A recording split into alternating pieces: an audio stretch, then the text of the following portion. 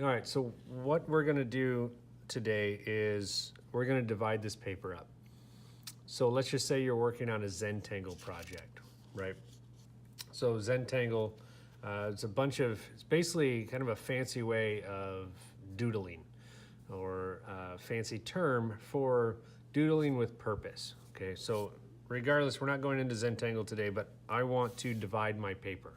I want you guys to divide your paper into a way that you can get multiple pieces of paper on here that you can use as different sections to practice in. So let's just say, so Zentangle typically is a 3.5 by 3.5 sheet of paper.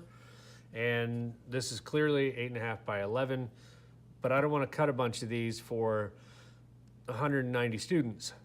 So what I will have my students do is I will have them divide their paper up so they can get 6 of these on one sheet. So I had another video about how to make a border, another video about how to use the ruler. So if you've watched those, or even if you've just watched the ruler one, that would be the first one to watch. We're going to use the ruler and we're going to create division of paper here. So that way we have 6 different 3.5 by 3.5 sheets of paper all on one without having to cut it. It's just going to be lined out. So to do that, what we want to do is, first of all, we got to figure out our 3.5. We're going to make them 3.5 by 3.5. So we've got to find our 3.5. And then we have to add another 3.5. So there's some math involved in this. It's not extreme math, but it is a little bit of math. So we've got our 3 here, and we've got our 4 here, and we want 3.5. So 3.5 is going to be here. And I'm going to do this at the top of my paper, okay? And then what's 3.5 plus 3.5 would be 7, okay? So we're going to make a mark at the 7. And then what's 3.5 plus 7? We are going to be at 10.5. So we're almost off the paper, but there's going to be a little 1/2 lip over here, which no big deal. So what I want to do is, just like with the border, I want to do this down on the bottom of the paper, so that way I can get a nice straight line, nice clean straight line. All right, so now at the bottom of the paper, I slide my ruler down. I need to do the same thing. So I've got my edge of my paper on my 0, and I need to be at 3.5. 3.5 plus 3.5 is 7, plus 3.5 is 10.5. So now, and I didn't move the paper, because if you move the paper, your 1/2 inch is going to be over here, and your 7 is going to be here, and you're going to have this weird diagonal lines going on. It's not going to line up right. So I've got my 6 dots, or 6 marks, and now I just need to draw straight lines. So get our first line. This is going to be a 1/2 inch, an inconsequential line. This means absolutely nothing for this section. It will not be used. If we wanted to trim it off, we could, but that's not the purpose of this. Purpose is to divide the paper into equal sections of 3.5 by 3.5. So right now I've got 2 3.5s plus some, and then I will have 6 in a moment. Just want to make sure, and again, reminder, make sure you've got both marks lined up before you draw a line.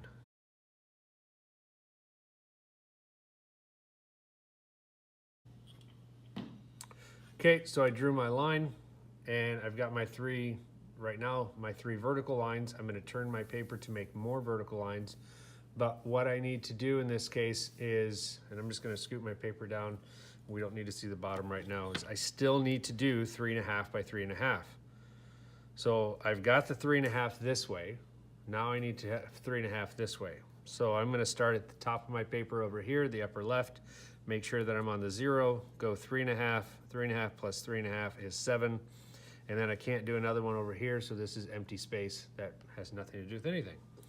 So then I'm going to go all the way down to the bottom, and that doesn't have to be all the way down at the bottom, but it needs to be at least halfway, if not more.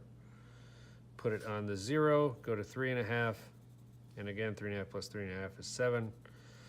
And now I just need to draw lines to connect those dots or marks.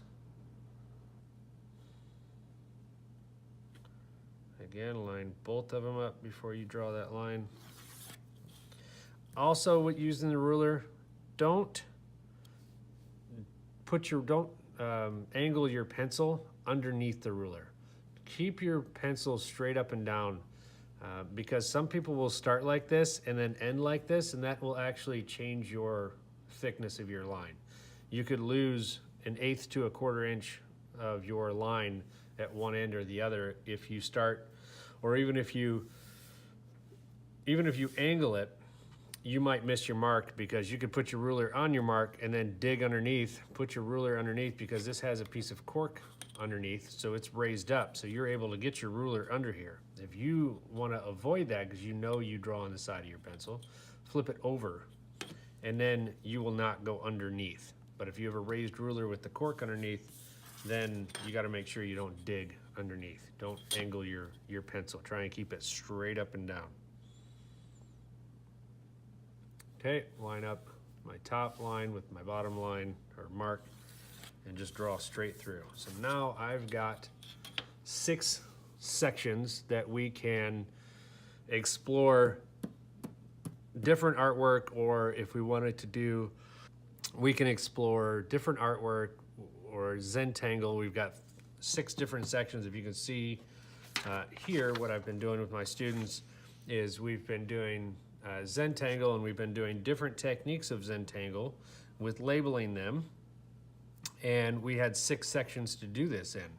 Now there are more than 6 techniques with Zentangle, and we have actually turned it over and made another rough estimate of 3.5 by 3.5 without using the ruler, and then do another Zentangle technique.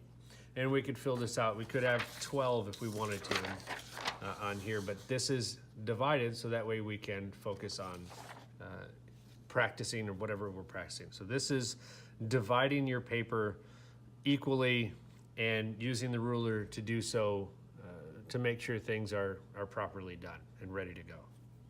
All right, thank you.